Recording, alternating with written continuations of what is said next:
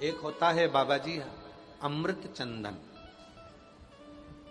अमृत चंदन बेलपत्र का जो सूखा हुआ पेड़ होता है, और उस सूखे हुए पेड़ की अगर कोई टहनी मिल जाती है और उसको लोग घिसते हैं। पारिजात का फूल जो होता है बाबा जी, उस पारिजात के फूल के नीचे पीले कलर की केसरिया डंडी होती है।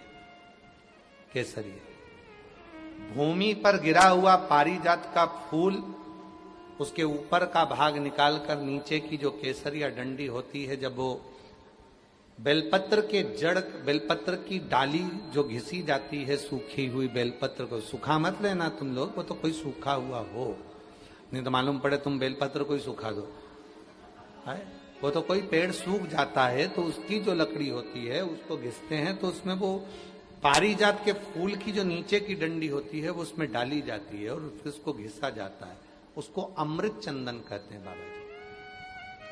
अमृत चंदन का मतलब होता है हजारों अघोरी, हजारों तांत्रिक, हजारों विद्या करने वाले, हजारों विद्या और हजारों मंत्र साधना हो जाए और तब किसी को अपने काम के लिए सफल बनाया जाता है कि हमारा ये काम हो जाएगा, हमारा ये काम।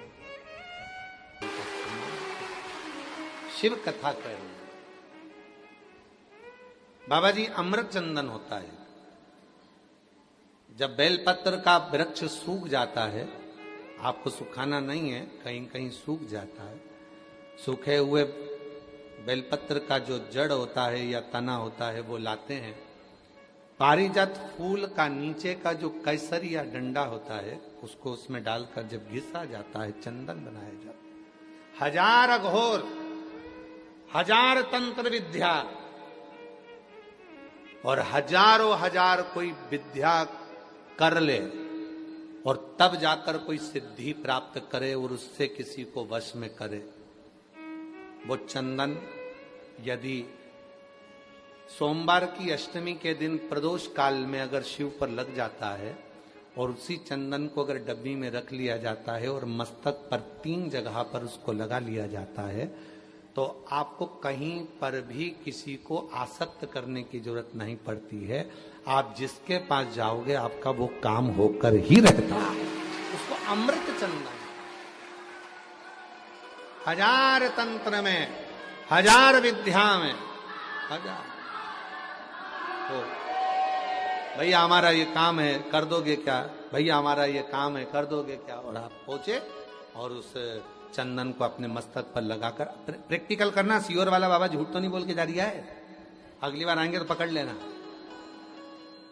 जब अगली बार सतुआ बाबा जी बुलाए सो तो गंगा जी के घाट पर वहीं पकड़ लिया। जैसे अभी हाल सतुआ बाबा जी को वहां पर उनके आश्रम में लोग पकड़ लेते ना, कहाँ जा रहे हो, तो बाबा जी कह के आते गंगा जी घूमने जा रहे हैं, के नहीं आते कि कथा में आ रहे हैं, लोग पकड़ ले तो पकड़ लेना तुम भी।